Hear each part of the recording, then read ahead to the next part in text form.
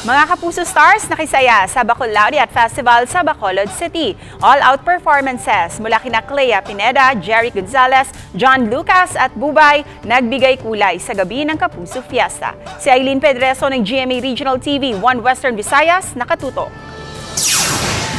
Makukulay na Chinese lanterns, masasarap na pagkain at syempre, kasabay naman ang Bacolod Festival sa City of Smiles. All smiles din ang Bacolod noon sa pagsalubong sa mga kapuso.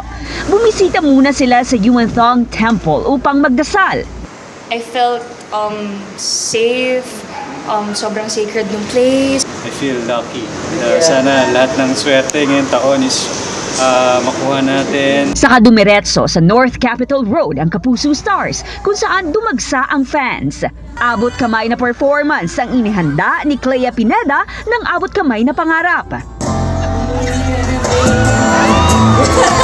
Hiyawan din ang sumalubong sa paglabas ng T-Bats host na si Bubay. This time for Bacolod City,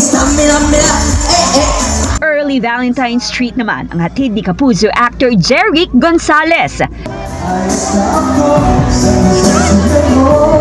At nang panghaharana ni John Lucas ng Black Rider.